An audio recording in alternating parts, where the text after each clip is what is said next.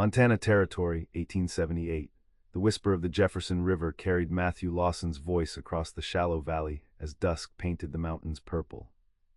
He sat alone on the riverbank, far enough from town that no one would hear him sing. His songs were his only companions now, the only safe way to express what lived locked inside him. 27 years he'd walked this earth, and for the last 9 he'd wandered from territory to territory, never staying long enough for anyone to truly know him. He'd learned early that men like him, men whose hearts yearned for other men, met only pain and ruin if discovered. So he built walls, kept moving, and convinced himself that loneliness was freedom. Better to ride alone than hang from a tree, he muttered to himself, the mantra that had kept him alive. Matthew drew his knees to his chest as the last light faded from the sky. Tomorrow he'd find work at another ranch, earn enough to move on again before winter. That was the pattern, that was survival. What Matthew wanted was simple. Enough work to keep moving, enough anonymity to stay breathing. But in the quiet moments by rivers like this one, what he needed haunted him, someone who would see him, truly see him, and not turn away. Someone who would make a wandering life worth the living. But such thoughts were dangerous fantasies that led men to nooses or bullets. He picked up a stone and skipped it across the water's surface. 4 jumps before it sank, better than yesterday. Perhaps he'd stay by this river a few weeks longer than planned.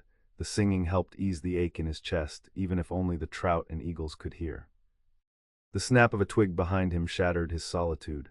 Matthew leapt to his feet, hand instinctively reaching for the knife at his belt. "Don't stop on my account," came a deep voice from the shadow of a cottonwood tree. "It's the finest singing I've heard since leaving St. Louis." A tall figure stepped forward, moonlight catching on the brim of his hat. He was broad-shouldered and solid, a man clearly accustomed to hard work, yet he moved with an unexpected grace. "Didn't mean to startle you," the stranger continued. "River's public land, I often ride here at dusk." Matthew stood frozen, calculating escape routes. "Just passing through," he said, voice tight. "Heading to Virginia City tomorrow." "That's so." The man moved closer, close enough for Matthew to see his face, strong-jawed, with eyes that seemed to look straight through pretense. "That's a shame. I'm short-handed at my ranch." "Could use a man who can sing like that." "Singing doesn't mend fences or brand cattle," Matthew said warily. "No, but it lightens the heart while doing those things." The man extended his hand. "Nathaniel Reed. My ranch is 5 miles north, pays fair, and the cook's decent if you don't mind beans 3 times a week." Matthew hesitated before accepting the handshake. Reed's palm was calloused but warm, his grip firm without the crushing pressure men often used to establish dominance. "Matthew Lawson." "Well, Matthew Lawson, what brings a man with a voice like yours to sing alone by a river, instead of in a saloon where it might earn you free drinks?" The question hit too close to truth. "Prefer the company of water to drunks," he answered, pulling his hand away. Something in Reed's eyes suggested he understood more than Matthew had said. "River's a good listener," he agreed, "but winter's coming in 8 weeks. Man alone on the trail when the snow flies often doesn't see spring." A gust of wind swept down from the mountains, carrying the first bite of autumn. Matthew shivered involuntarily. "My offer stands," Reed said, mounting his horse with practiced ease. "Follow this river north past the lightning-struck pine, can't miss the house." He tipped his hat. "Roof's sound, food's warm, work's honest." As Reed rode away, Matthew stood paralyzed by indecision. There was something in the rancher's eyes, something that had seen into Matthew rather than merely at him, that was both terrifying and magnetic. Dawn found Matthew walking north along the riverbank, bedrolls slung over his shoulder, following the current like a man in a dream. He told himself it was just for the winter, just survival. But the song in his heart had changed pitch, and it frightened him more than any storm. The Reed Ranch sprawled across a small valley cradled by pine-covered hills. It wasn't the largest spread Matthew had seen, but it was well-maintained, fences straight, barn solid, main house constructed of sturdy logs with a stone chimney from which smoke curled lazily into the morning air. Nathaniel Reed emerged from the barn as Matthew approached, wiping his hands on a rag. "You came," he said simply, as if he'd known Matthew would, despite all reason and habit. "For the winter," Matthew clarified. "Then I move on."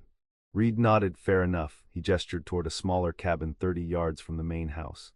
"Bunkhouse is there. Only 2 other hands this season, brothers Jose and Emilio Rodriguez. Good men, been with me 3 years. Matthew followed Reed, mentally noting the layout of the ranch, identifying the quickest escape routes, an instinct born from too many hasty departures when locals grew suspicious or hostile. The bunkhouse was clean, with 4 narrow beds, a potbelly stove, and a worn table, basic but comfortable. Matthew claimed the bed furthest from the door, closest to the back window. "We rise before dawn," Reed said. "First week you'll ride with me. Need to learn the property boundaries, where the cattle tend to wander." Matthew nodded, understanding the unspoken test. Reed was taking his measure, determining if he was worth the winter's food and wages. "One rule," Reed added, pausing at the door. "Every man has his past. I don't ask about yours, you don't ask about mine or the others. What matters is the work and how a man conducts himself here and now." Something in Reed's tone suggested this wasn't merely about respecting privacy. Matthew studied him, wondering what secrets the rancher himself might be hiding. "Understood," he replied, and for the first time in years, he felt the tentative stirring of hope beneath his ribs. That evening, after a dinner of stew and cornbread shared at Reed's table with the Rodriguez brothers, Matthew walked back to the bunkhouse under a sky pierced with stars. He paused, looking up at their cold brilliance, feeling strangely unsettled. He'd done this dozens of times, taken temporary work, established necessary distance, prepared for inevitable departure. Why did this place already feel different? Reed's rule echoed in his mind. Every man has his past. What ghosts haunted the rancher, and why did Matthew find himself wanting to know? The first week passed in a blur of hard work and sore muscles. Reed was fair but demanding, expecting precision and effort from dawn to dusk. They rode the boundaries together, Reed pointing out landmarks, explaining water rights, showing where wolves sometimes troubled the herd. Matthew found himself watching Reed more than the landscape, the confident way he sat his horse, the gentle hands that could calm a nervous colt, the surprising laugh that sometimes broke through his serious demeanor when Matthew said something unexpectedly wry. On the 5th day they rode to the eastern boundary, where a steep ravine marked the edge of Reed's property. A sudden mountain storm swept down upon them, sky darkening to near night in minutes. Rain slashed sideways, driven by fierce wind. "Cave half a mile south," Reed shouted over the thunder. "Follow me."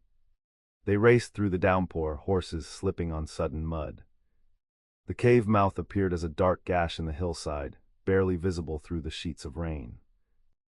They dismounted, leading the nervous horses inside. The space was shallow but dry, offering just enough room for them and their mounts.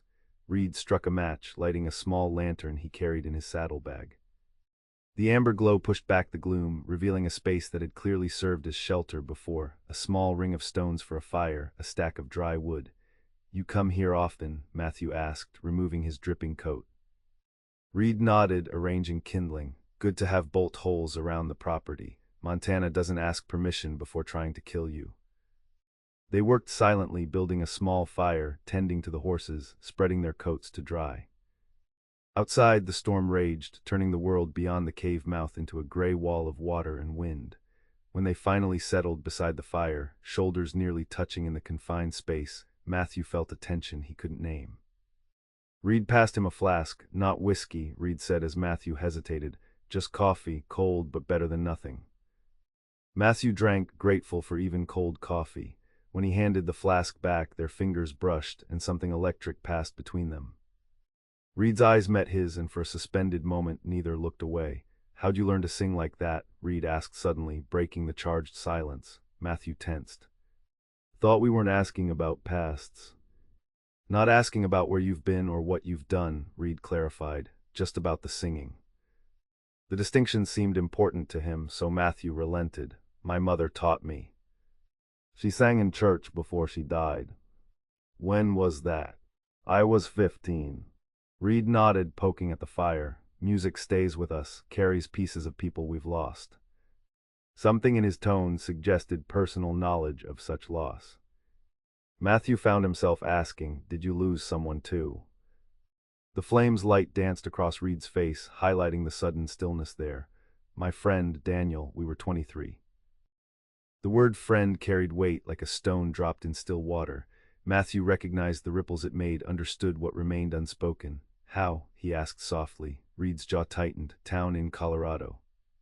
Some men decided he wasn't right, found him beaten behind the saloon. His voice remained steady, but his hands had clenched into fists. He lived 3 days, then I buried him and left town.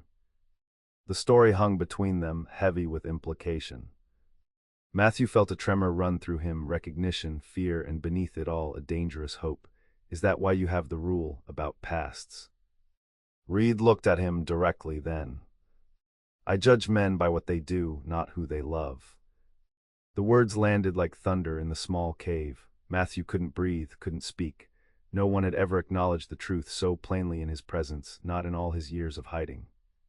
Storm's letting up, Reed said, as if he hadn't just shattered Matthew's entire understanding of the world. He stood, dusting off his pants. We should head back before dark.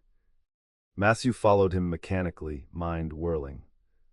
As they mounted their horses, Reed paused. Your secret's safe here, Matthew, whatever it is. Matthew couldn't find words, so he simply nodded. They rode back to the ranch in silence, but something fundamental had shifted between them, like the earth moving beneath their horses' hooves. That night, alone in his bunk, Matthew stared at the ceiling, Reed's words echoing in his mind. For the first time in 9 years of wandering, he allowed himself to imagine staying. Autumn deepened, aspen leaves turned gold, then fell. The air grew sharper, mornings frosty. Work intensified as they prepared the ranch for winter, mending fences, smoking meat, storing hay, winterizing buildings. Matthew found himself watching for Reed, arranging his tasks to cross paths with the rancher. Sometimes he caught Reed watching him too, gaze quickly averted when discovered. Other times their eyes would meet and hold, a silent conversation neither was brave enough to continue aloud. The Rodriguez brothers noticed nothing, or pretended not to. They were good men focused on their work and the letters they received from family in Texas. On Sundays, they rode to town for Mass, leaving Matthew and Reed alone on the ranch. On one such Sunday in late October, Matthew was chopping wood behind the bunkhouse when Reed approached, carrying 2 steaming mugs. Coffee, Reed said, offering one. Matthew set down the axe and accepted the mug gratefully. The day was cold, his breath visible in the air. Wanted to ask if you'd help me with something, Reed said, leaning against the woodpile. Got a new stallion, needs work, thought I'd start today. It wasn't unusual for Reed to ask for help with the horses. He had a special touch with them, especially the difficult ones. Matthew had learned much watching him. They walked to the corral where a magnificent black stallion paced nervously. Reed had purchased him from a passing trader 2 weeks prior, planning to improve his breeding stock. The horse was high-spirited, suspicious of humans. Beautiful animal, Matthew commented. Reed nodded. Needs to learn trust. Been treated poorly.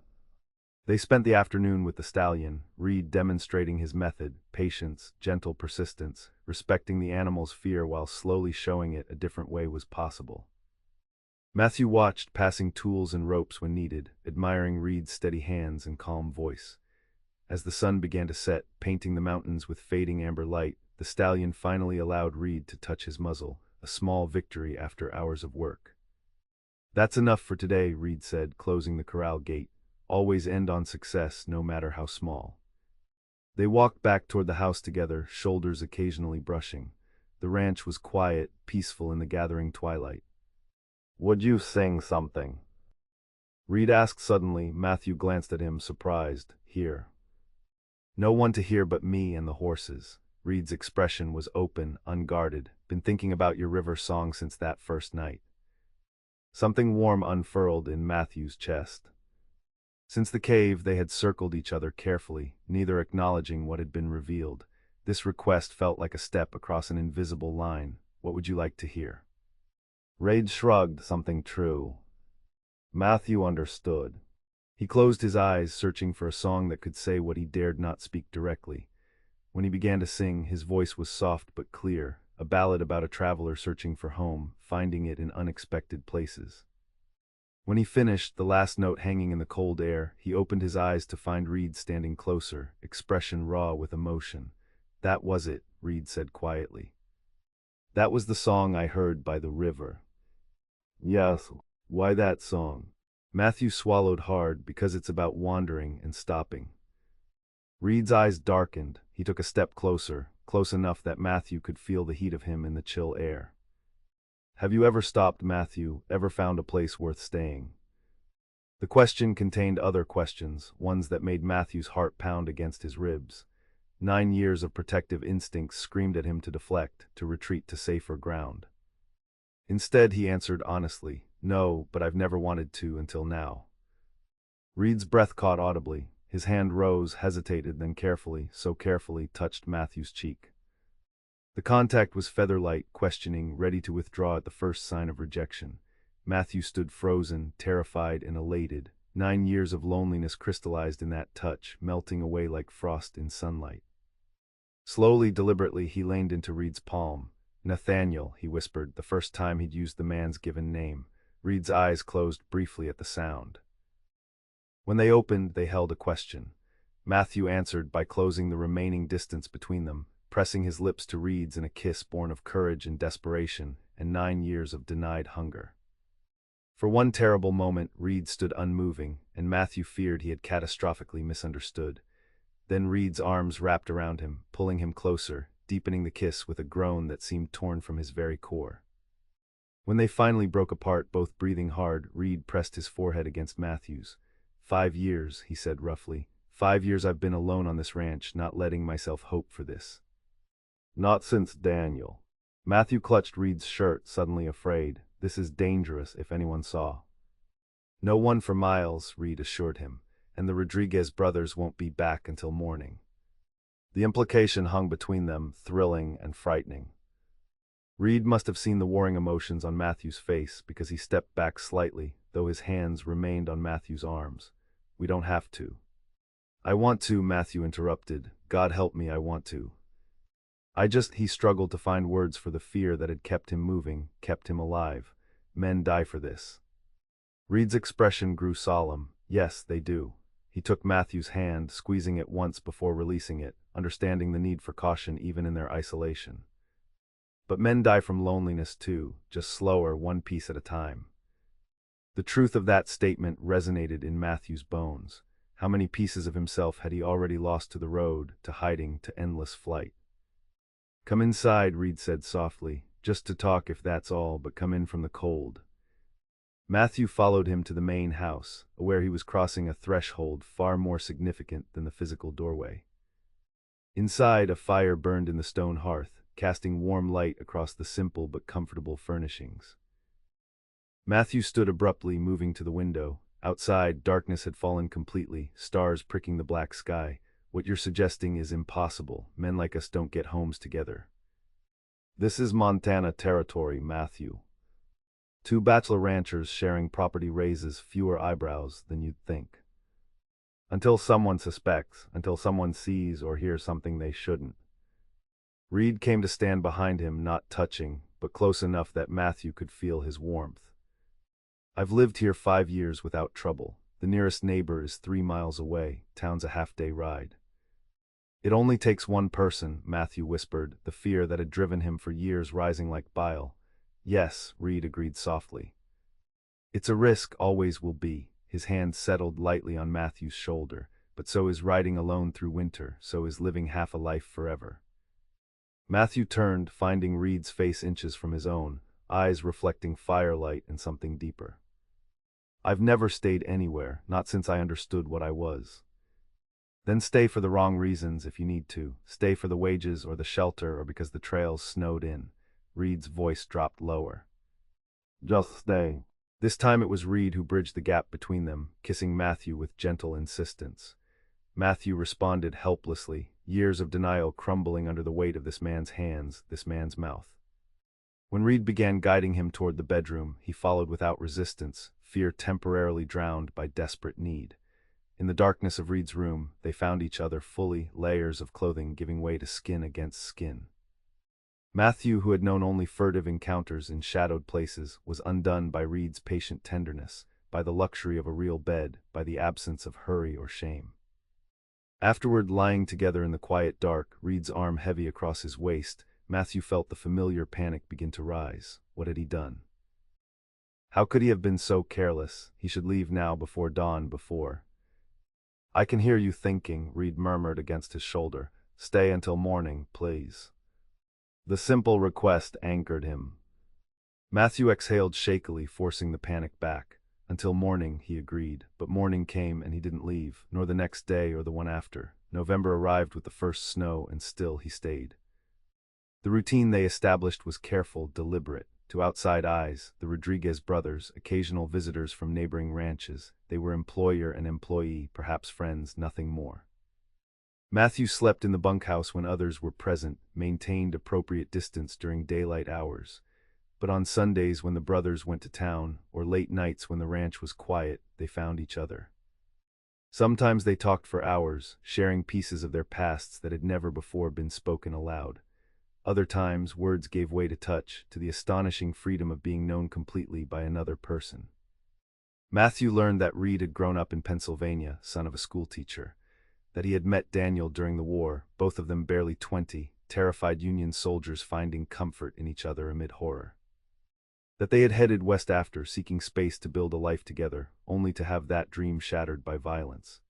In turn, Matthew shared his own story, the mother who died too young, the father who drank himself to death soon after, the gradual realization of his own nature that had sent him running from town to town, never staying long enough to be suspected.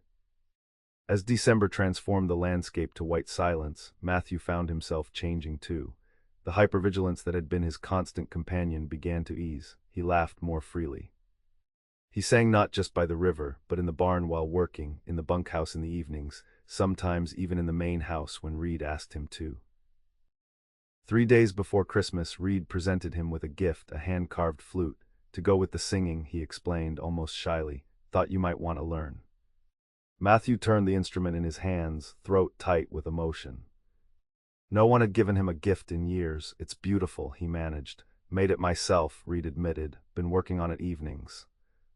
Matthew realized then that the half-finished carving he'd noticed that first night had been this token Reed had been creating for him even before knowing if Matthew would stay. That night, as snow fell softly outside, Matthew played his first fumbling notes on the flute while Reed accompanied him on guitar. The music was imperfect but earnest, filling the house with something that felt remarkably like joy. Later, tangled together in Reed's bed, Matthew whispered, "I think I could be happy here." Reed tightened his arms around him. Then stay, not just for winter, stay for good. For the first time, Matthew allowed himself to truly consider it. To imagine seasons passing, years building upon years, a shared life unfolding in this remote valley. The fear was still there, might always be there, but it no longer seemed insurmountable. "Yes," he said finally. "I'll stay." Reed's kiss tasted of promises and possibility. Matthew surrendered to it, to him, to the fragile hope they were building together. January brought bitter cold and a turning point. Matthew had ridden to town for supplies, his first solo trip since arriving at the ranch. Reed had been reluctant to send him, preferring to handle town interactions himself, but a broken fence needed immediate repair, requiring both the Rodriguez brothers' help. "Just supplies," Reed had instructed, "nothing else, don't linger." The general store had been busy, travelers stocking up before continuing their journeys, locals gossiping by the potbelly stove. Matthew kept his interactions brief, head down, focusing on the list Reed had given him. As he was loading his purchases onto his horse, he noticed 3 men watching him from the saloon across the street. Something about their scrutiny made the hair on the back of his neck rise. He mounted quickly, eager to return to the safety of the ranch. The men followed. Matthew realized it 2 miles outside town, the sound of horses behind him, maintaining distance but clearly tracking his route. He considered his options. The direct path to Reed's ranch was obvious. Anyone watching would see where he was headed, but veering off now would signal awareness and possibly provoke confrontation. He continued on the main trail, tension building with each hoofbeat. When he reached the fork that led directly to the ranch, he made a split-second decision, taking instead a game trail that wound through dense forest. It would add an hour to his journey but might lose his pursuers. The gamble failed. 10 minutes later, the men appeared on the trail ahead, blocking his path. They'd clearly known the area well enough to anticipate his detour. "Afternoon," called the largest of the 3, a bearded man with cold eyes. "You'd be Reed's new hand, wouldn't you?" Matthew's mouth went dry, just passing through, working the winter. The man smiled unpleasantly. "That's so, heard different. Heard you been mighty comfortable out at that ranch." "Don't know what you mean," Matthew said, calculating whether he could outrun them through the trees. "Think you do," said another man, thinner but with the same hard eyes. "My cousin works the saloon in Virginia City. Says Reed was there last month, got drunk, talked about a singer he found by the river, man he was looking to keep. Ice formed in Matthew's veins. He didn't remember Reed going to Virginia City, but there had been a 2-day period when the rancher had traveled to purchase breeding stock. Had he really spoken so carelessly? Folks round here got suspicions about Reed for years, continued the bearded man. Man his age, never married, living out there alone. Now he brings in some pretty boy who sings. He spat in the snow. Ain't natural. Matthew's hand crept toward his gun. Don't know what you're implying, but I'm just hired help. We don't want your kind here, said the third man, who had remained silent until now. Not in our county. I'll be gone by spring, Matthew offered, desperation rising. The bearded man shook his head. Not good enough. See, men like you and Reed, you're a disease, spreads if not cut out. They advanced on him simultaneously. Matthew drew his gun, but the third man was faster, his bullet grazing Matthew's arm. Pain exploded through his shoulder as he lost his grip on the weapon. The men were on him then, dragging him from his horse. Blows rained down, boots, fists, the butt of a pistol. Matthew fought back fiercely, landing several solid punches before a kick to his ribs dropped him to his knees. Get the rope, ordered the bearded man. Terror cut through the pain. Matthew had seen men hanged for less than what they suspected. With desperate strength, he lunged for his fallen gun, fingers closing around the grip just as a boot stomped on his hand. A shot rang out, but not from Matthew's gun. The bearded man cried out, clutching his shoulder as blood bloomed against his coat. Another shot cracked through the trees, and the thin man fell, grabbing his leg. Next one's between the eyes, came a steady voice Matthew recognized immediately. Step away from him now. Reed emerged from the trees on horseback, rifle aimed with deadly precision. Behind him rode Jose and Emilio Rodriguez, each with weapons drawn. The third attacker raised his hands slowly. This ain't your business, Rodriguez brothers. Mr. Reed is our employer, Jose replied coldly. His ranch hand is our colleague, that makes it our business. You know what he is, demanded the bearded man through gritted teeth, what they both are. We know Mr. Reed is a fair employer who pays well and treats us with respect, Emilio answered.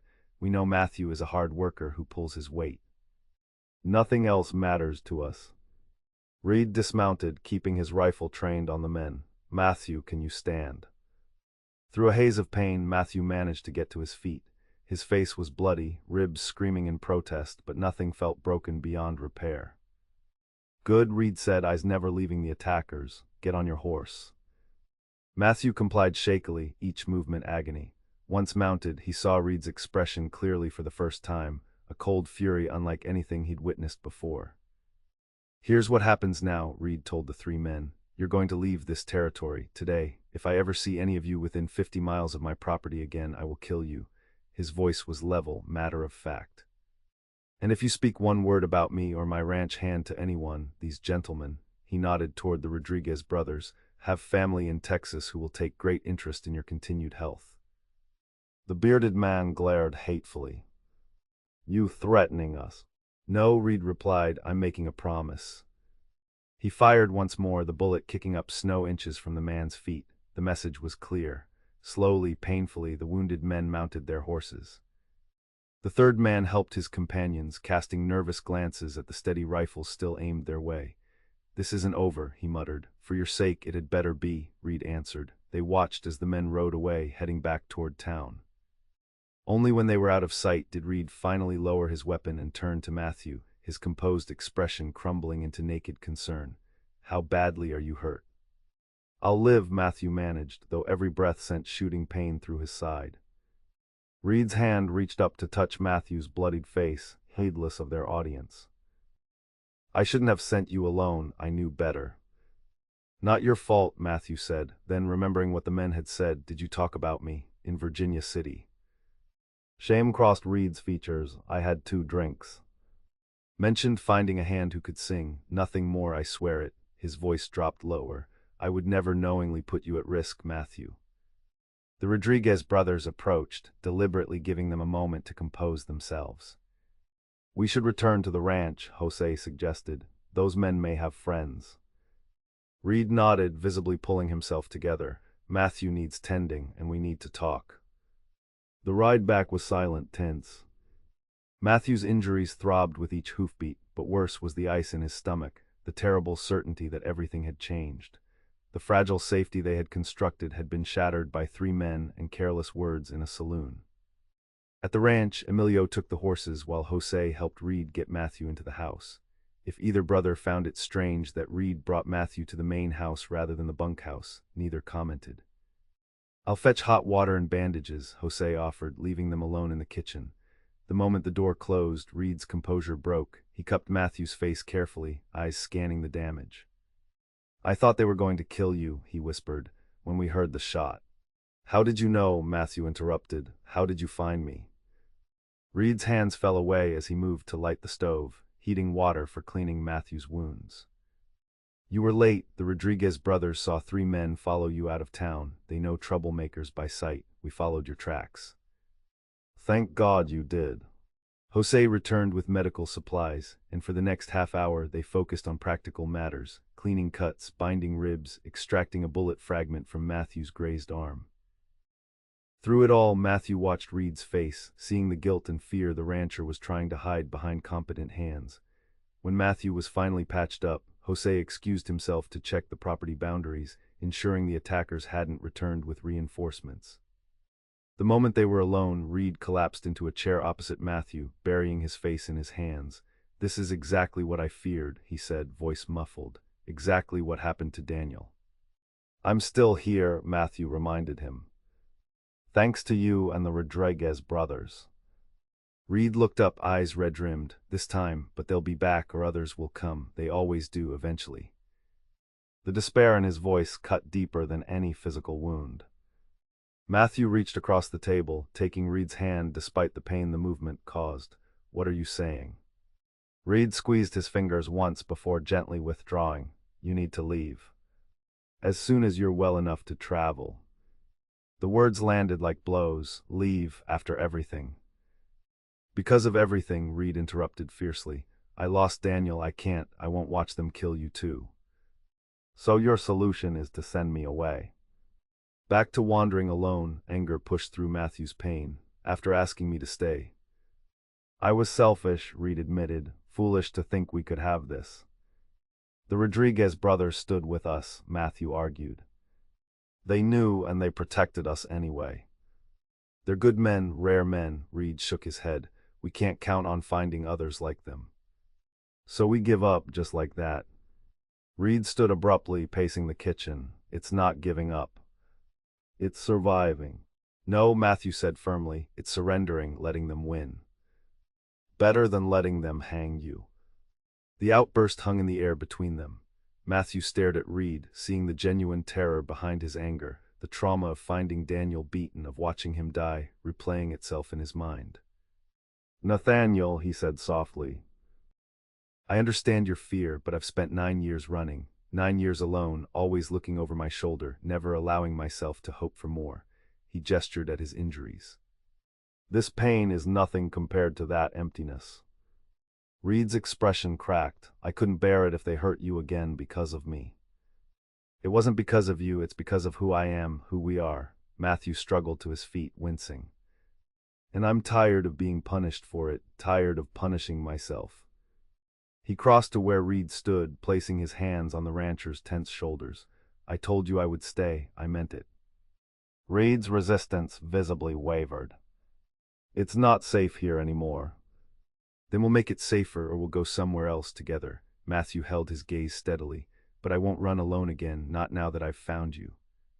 Something broke in Reed's expression. He pulled Matthew carefully against him, mindful of his injuries, burying his face in the crook of his neck. "I'm so afraid of losing you," he confessed, voice rough. "I know." Matthew held him, feeling the tremors running through Reed's body. "But I'm more afraid of losing this, what we found here." They stood locked together as the fire crackled in the stove and snow fell silently outside the windows. Matthew felt the moment when Reed's decision crystallized, the subtle relaxation of his shoulders, the steadying of his breathing. "We'll need a better plan," Reed said finally, pulling back to look at Matthew. "More precautions." Hope bloomed in Matthew's chest. "The Rodriguez brothers. We'll talk to them." Honestly this time, Reed's hand came up to brush gently over Matthew's bruised cheek. and I think, perhaps we should consider California in the spring. California. Reed nodded. San Francisco has places where men like us can exist with less fear. Communities, even, I've heard stories. The idea of such a place seemed almost mythical to Matthew. You'd leave the ranch. After 5 years.